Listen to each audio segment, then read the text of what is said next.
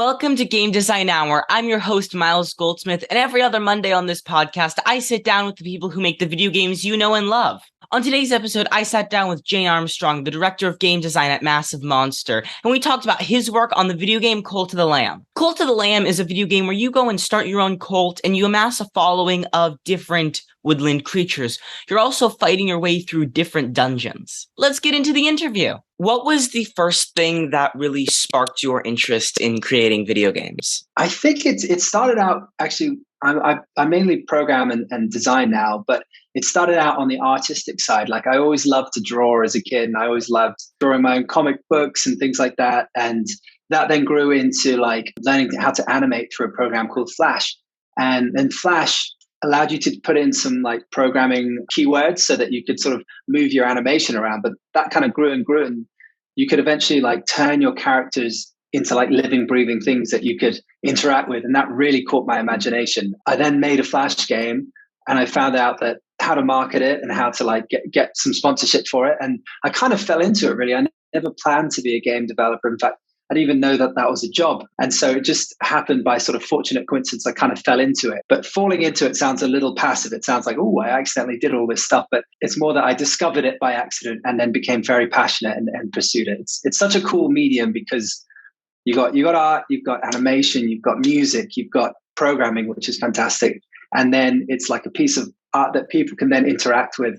And it's such a unique medium in that way. How did the idea for Cult of the Lamb originate? So that started like a lot of, the answer to the question is like a lot of iteration, a lot of like taking an idea, saying it's not good enough, trying to create a better idea. But the starting point of it was trying to mush roguelike dungeon crawling with like a sim colony base game.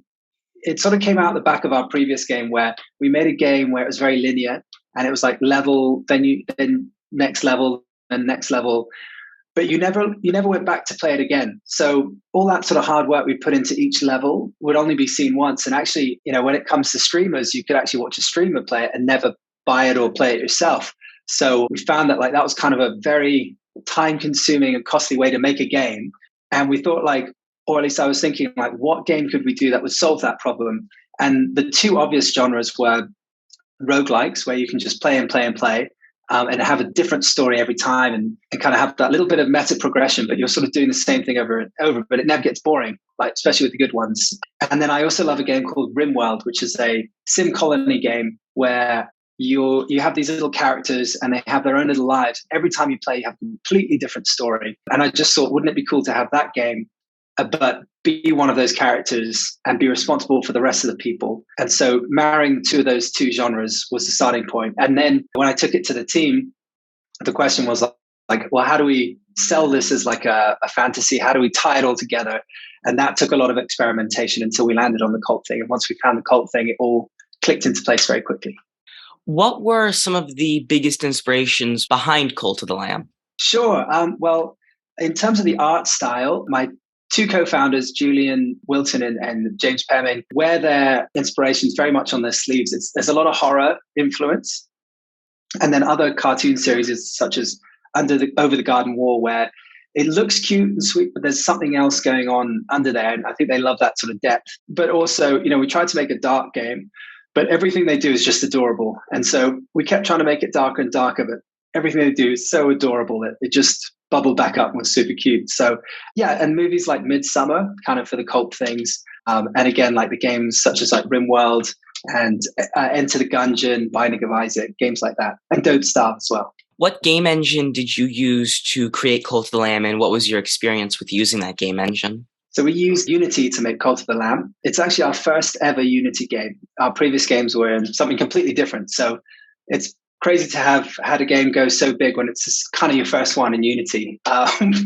It's been good. It's whenever you come to a new engine, there's always new things that you don't know. So there are ways of doing things that you don't really know until you've made a few games. And so we definitely got a few teething problems. We definitely still have things that we look back and go, God, I wish we'd done it a different way. But other than that, we love Unity because it's a great way to just get things moving very quickly and prototype. And the way we do things is to prototype and iterate. So it's a great engine for that. So we really love it. After coming up with the idea for Cult of the Lamb, what was your brainstorming process like, and what were some of the first few steps you took towards creating the game? The initial thing was that prototype, and then coming to it, and we kept kind of saying maybe people wouldn't like this, but it's kind of like marketing approach. Like, how can we sell the game? How can we? But what that really means is like, how can we create a core concept that people immediately grapple onto? So we started off with like, you're this lost god who's on the back of this flying whale, and you go down and rescue people and bring them back. And it was really hard. We tell people that, and you could see the light draining out of their eyes, and they're just like, oh, I don't understand this. And so when we came, and we also tried to like do create your own hell, and we found people like, oh, cool, I get that. Yeah, that's a cool concept. I understand that immediately. But we found that the followers were too cute to punish, so we couldn't make it a hell. So when it became a cult, we realized that people immediately, oh, cool, we could just say it's a game about starting a cult, and people know about it. So that took a long process. That was the brainstorming process. Was like, how can we take this prototype but make it marketable or explainable to people? So what does your game design document look like, and how do you utilize it and organize it? It's very nice to assume we have a game design document. We don't. We have hundreds of documents that we start and then we scrap. The way we work, really, because of the way that we began as a company, we started with a lot of small games. And so what we're used to doing is finding a problem with the game, coming up with a solution, trying the solution very quickly. Like we often say, just MVP it. So just get it to like minimal viable product. Like, how can we test this idea quickly as possible in an afternoon or whatever, and then see if it works? And if it does work, great, that's awesome. Let's move on to the next thing. If it doesn't, we're going to try something else. So it's very hard to maintain a game design document when that's how you do it. So we started off with like lots of art books and visual motifs, and we have a style guide. So in terms of the visuals of the game, we have documentation, but as far as the game design itself, we don't have anything like that, and trying to maintain any documents like that was just proved impossible. So it's very much sort of up here is where the GDD is. Pretty much every game has interesting ideas that got cut for one reason or another. You talked about a couple earlier. What were some other interesting ideas that just never made it into the game? Oh, so many. What we found with this game is that it's so easy for it to do everything, because there's, you've got the base building, and there's the depth there with the salmons, but also the buildings, the decorations, the followers, like how deep do you go with them? Then there's also the whole combat side. So we tried a lot of stuff. So I would say 60% of the things we did, we had to scrap, because we found that the more we focused the game, the more narrow the experience became, the easier it was to understand, and therefore the more enjoyable. Because when, for a long time, the game was completely overwhelming. It was, each follower had their own level of faith, and you had to speak to them to find out how much faith, what they needed, and then go do that thing. And when you had 20 followers, it was just impossible. So that's when we decided, okay, you need to have a faith that's for everyone in the cult. You need to have hunger that's for everyone in the cult. And when we did that changed things a lot. We'd often scrap ideas, and then like a year later, bring the idea back in, because that particular idea wasn't ready at the time, but later on it became. So, I mean, that's a specific example is the sort of individual faith, individual hunger becoming a cult-wide thing. But the whole game is just littered with ideas that we tried and ended up scrapping. While working on Cult of the Lamb, did you do any sort of research into different cults? If so, how did that research inform the game? Yeah, we sort of, when we decided that was a theme, we got our hands on every movie and documentary and online article that we could. One of the things that we really like, there's a funny article called something like How to Start Your Own Cult. And it's like 9 things that you do. And it's like, have a charismatic leader, take advantage of your followers, X, Y, Z.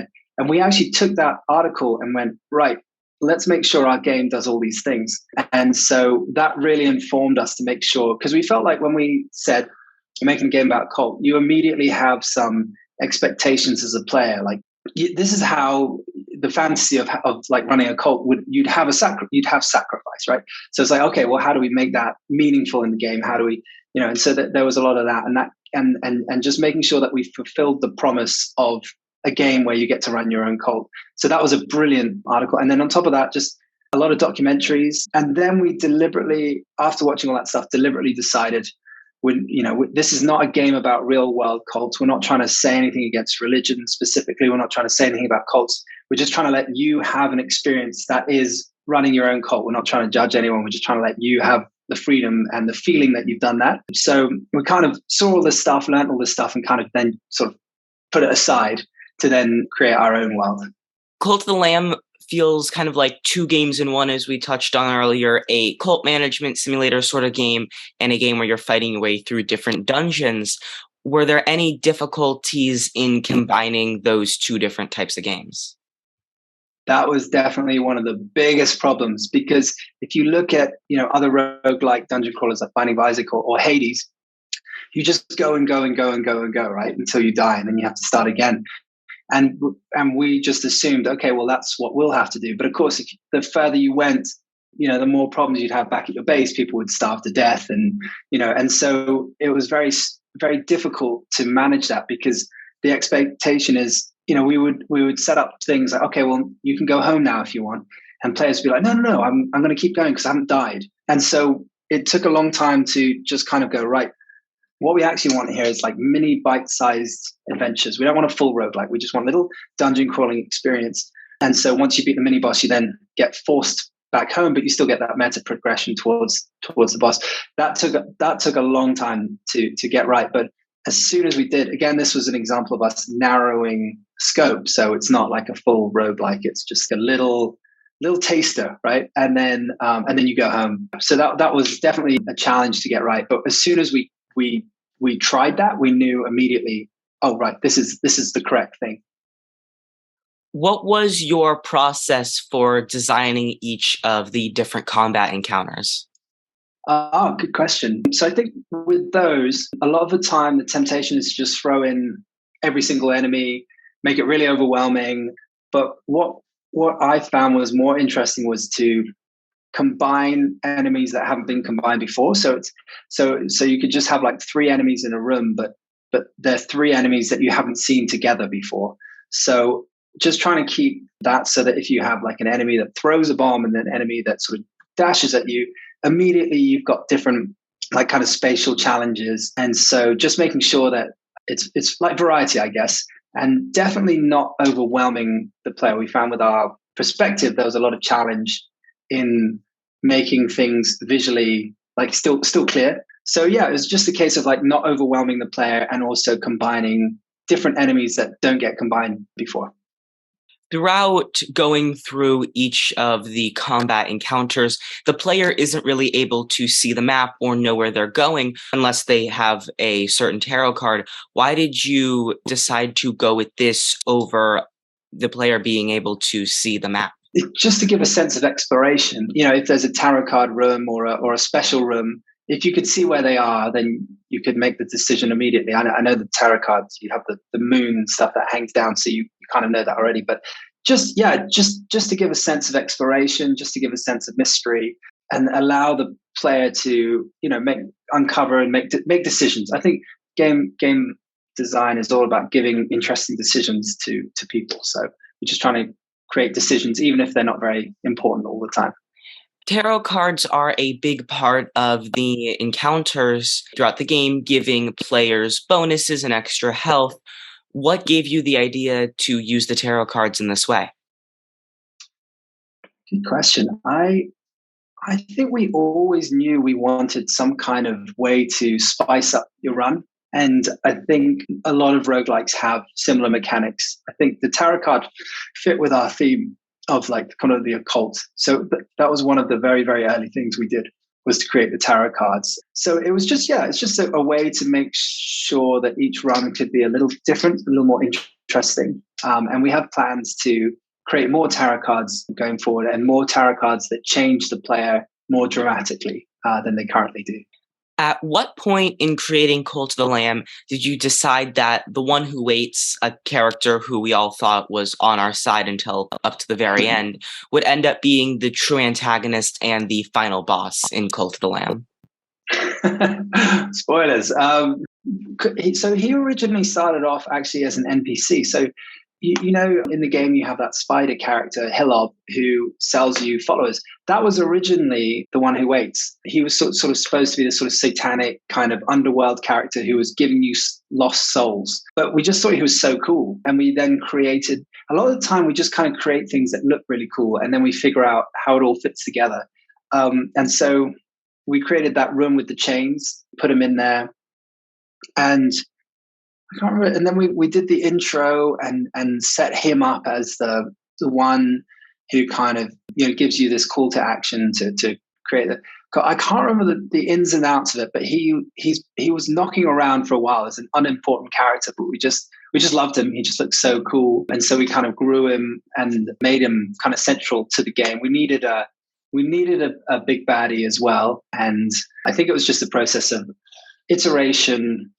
You know, and he's sort of this sort of devil character. So it just kind of grew from there. Managing scope is a really important aspect of creating video games. How did you work to manage the scope of Cult of the Lamb, and how did it change from your first idea to what you sort of have now?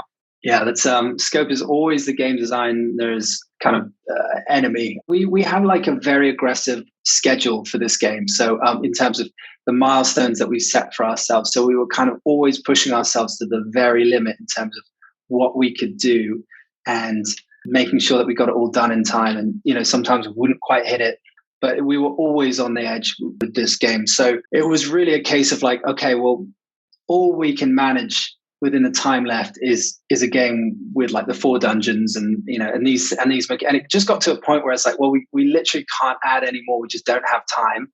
And we just kind of made a list of the things that we absolutely had to get in before launch, made sure that we did all of those things, and then spent the rest of the time sort of play testing, balancing, and then things like that. So it was this game could just have ballooned and ballooned. If we could have worked on it for another 5 years easily and added more locations, and hopefully we will.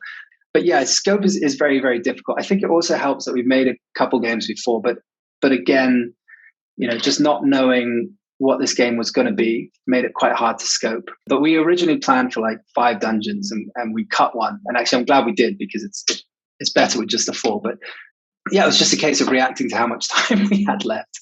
Throughout Cult of the Lamb, your character is recruiting new followers to join their cult by defeating them in battle, rescuing them, or buying them.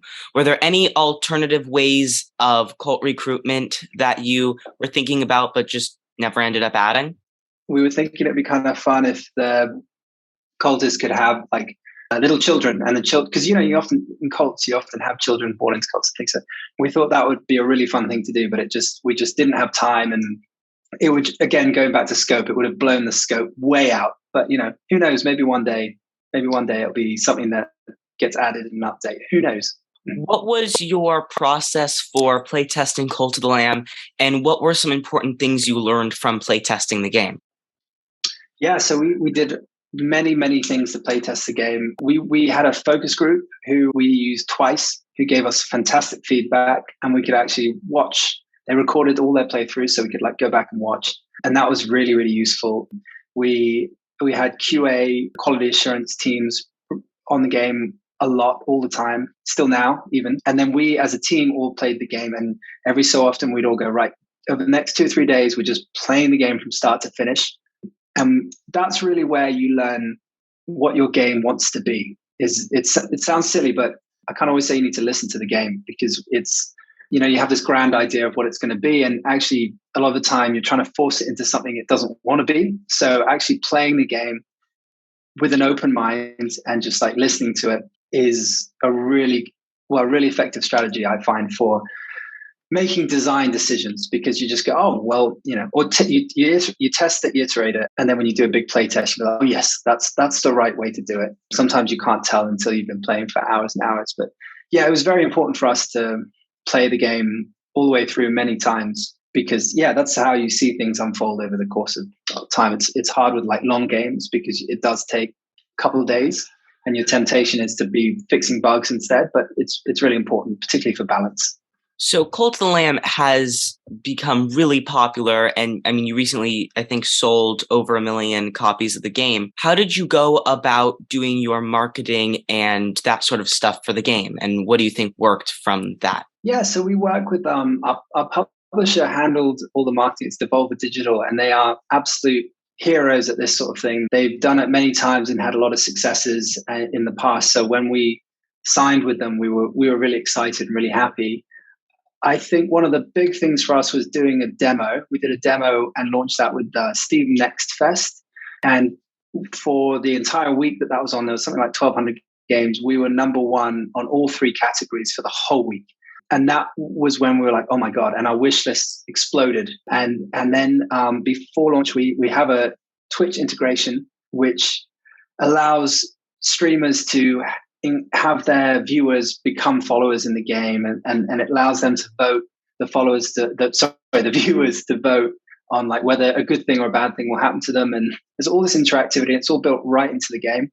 And that went live a week or so before the game did. So we got a huge amount of exposure because it was quite unique to have an integration like that. And so it meant that when we came to launch, the game had sort of already exploded before we'd come to launch. So I think it was a combination of all those things. Which parts of Cult of the Lamb did you have to put the most time and effort into to get just the way you wanted it?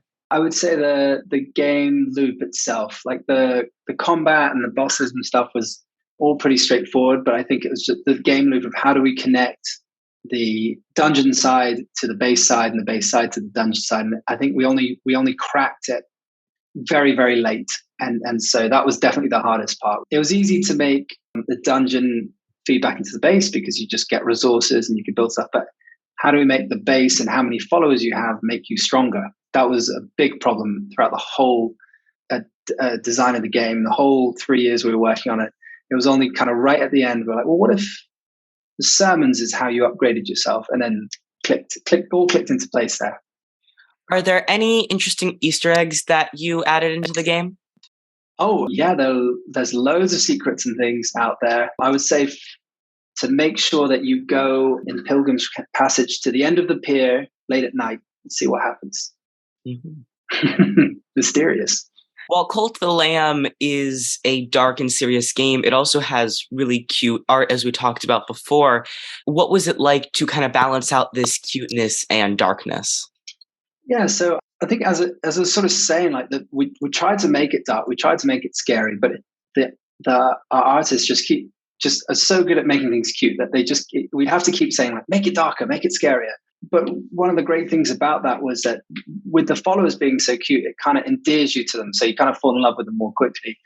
But it also means that you can do horrible things to them, like chop up their body for food and sacrifice them and things. But it doesn't feel horrible. It's not like, it doesn't sort of turn your stomach or anything like that because it's cute. It's all cute and funny. And so the cuteness allowed us to get away with a lot of darkness. And I think if we'd had a gritty, realistic style, the game would just be, I don't think I would want to play it. It would be horrible. But because it's all cute and smiling, you kind of don't notice how dark it is, but it's pretty dark. At the very end of the game, you get to choose to either accept or refuse to be sacrificed to the one who waits, making the game have two different endings. Can you tell me a bit about the decision to have the two different endings? Yes, that was something I snuck in like right before launch because we had the boss fight, but I felt that the ending of the game, that would be not the current ending, but before I changed it, I felt like the end of the game didn't have like the same dramatic tension as the intro where you walk up and you get sacrificed. It's a very sort of powerful kind of hook. But what we had was just sort of a boss fight and then you won sort of thing. And so I felt like you needed the tension and the decision to essentially betray the one who waits. I felt like it had to come from the player. If we had it so it was just like a conversation and like it just happened through a conversation and there was no player agency. It needed to be like your decision that like, no, this is my cult and I'm going to defend it. So we needed that emotional stake in it. So that's why I created that ending. After the final boss fight, you get the decision to either spare or murder the one who waits. And I feel like this kind of separates the different players emotionally. Why did you decide to have that be the last decision and thing players do in the main sort of campaign? Yeah, I think it was just kind of a cool thing, like because every mini boss you fight in the game, you can then recruit, and we're just like, well, what if you could do that with like the most important enemy in the whole game, you know? And we're just like, yeah, just let's do that. That'd be great. And then the decision was like, well, what if you murder him? What's the point? Because you get something cool. And so we're like, oh, you get this. I don't want to spoil it, but you get a statue essentially. So it was just a case of like, wouldn't it be cool if, there's a lot of game designs like, wouldn't it be cool if we did this?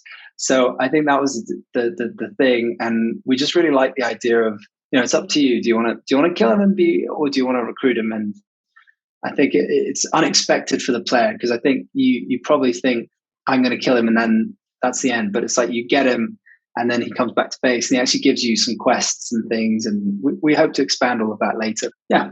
What sort of content and updates can players expect to be seeing in the future? Well, we definitely are planning some updates. I can't get too into what they are, but I would just say that we've really paid attention to what people want, and we really hope that we'll address those things. The sort of when we get the reviews and stuff, and then also what people say, we're kind of reading and watching everything, and we hope that we'll be addressing those things. And then once we've done that, we hope that then we can build the world out and create new adventures and really expand Cult of the Lamb for as long as people have an appetite for it. As long as people want more Cult of the Lamb, we want to make more Cult of the Lamb. So hopefully many updates to come. Going forward. What do you think is the biggest challenge that you faced while working on Cult of the Lamb? Oh, good question. I mean, so many challenges. It was a difficult game design. It was COVID as well, so we actually haven't all been together since before we started the game, sort of 3 years ago. So that was kind of challenging as well. Personally, I've had 2 kids during that time as well, so that's also kind of like making a game and having 2 babies. Yeah, and again, just coming back to it, I think just the game design was really hard, because although we've seen games where you have like dungeon and like Moonlighter, like I haven't seen any games where you have like where you give sermons or you have like rituals and things like that. So like kind of inventing a lot of that was challenging but really rewarding, and I'm so glad that we managed to create the game that we did. How large was the team that created Cult of the Lamb? So it started out with just 3 people. And then at one point, I think we got to about 9 people, but that included like sound designer, musician, visual, technical art stuff. And then we're back down to just 5. So it's 3 founding members, and then we have 2 full-time programmers as well. So relatively, for the size of the game, tiny, really tiny team. Looking back now, is there anything that you wish you could have done differently before the launch of the game? God, that's a fantastic question. I think because the game did as well as it's done, like 1 million units in 1 week is unheard of, unbelievable, a dream come true. I think I would be very wise to not change a single thing.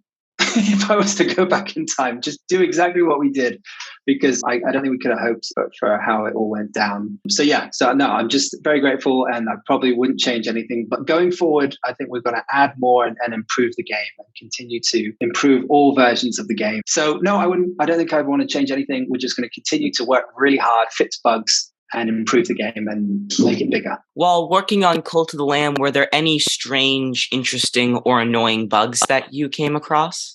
We never have any bugs. We never make any mistakes with our code ever. So no, we had plenty of bugs. Usually with the followers, they would just be doing weird things where you just didn't understand. Like they'd go into the temple and poop in the temple and then come out, and all sorts of weird things like that. So we had some very strange follower things, but hopefully we've ironed them out now.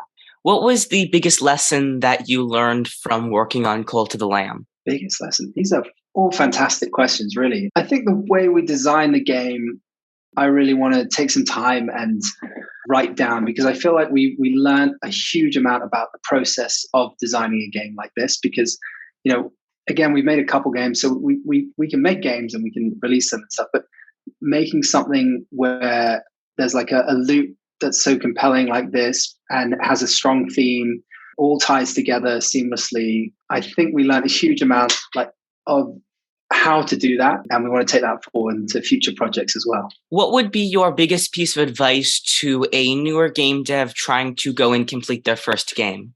I would just say, just do it. Just get going. Just get started. Mess it up. Make it great. Whatever. But just do it. I think there's a lot of sort of hanging around and kind of waiting for the right moment. There is no right moment. Just make something that you're super passionate about. I would say avoid anything that's massively technically challenging, it'd be great to get to the end of your project. But I hear a lot of people being like, oh, don't try to make this huge game as advice. But I'd say, try and make it if you want, but also don't get stuck in development hell, drop it and find an idea you're really excited about. Start with like one key mechanic or one thing that gives your game like a USP. So, what is that like one sentence description for your game? And then base every decision about that, like back to that. So like we made a game about cults. So everything had to be about cults. Everything had to circle back to cults. So just get going, just make something. But what you make it super focused and make every decision relate back to your initial concept. What's next for you? What are your plans? And is there anything you are thinking about working on after Cult of the Lamb? So we definitely want to make more games in the future. Hopefully make a lot of cool new stuff. Right now, we're concentrating on Cult of the Lamb. Yeah, making improvements, bug fixes, quality of life stuff. And then also making some updates with some new content, stuff like that, which we're really excited about. And we want to continue to do that. But yeah, obviously we have some ideas for like new games, but I think that won't be for a little while. I think first of all, we're going to make sure that Cult of the Lamb is the game that we want it to be. Thank you so much for your time. It's been great interviewing you. Thanks so much. They were all brilliant questions. Yeah, thanks for chatting to me. It's been a lot of fun. I want to thank you so much for checking out today's episode. If you enjoyed it, make sure to give us a like or a rating on whatever platform you're listening to this on. Also, consider following or subscribing to the podcast. If you want to stay up to date with what's going on with Game Design Hour, make sure to follow us on Instagram, Twitter, or TikTok at Game Design Hour. Thank you so much for listening, and I hope I can see you next time. Bye.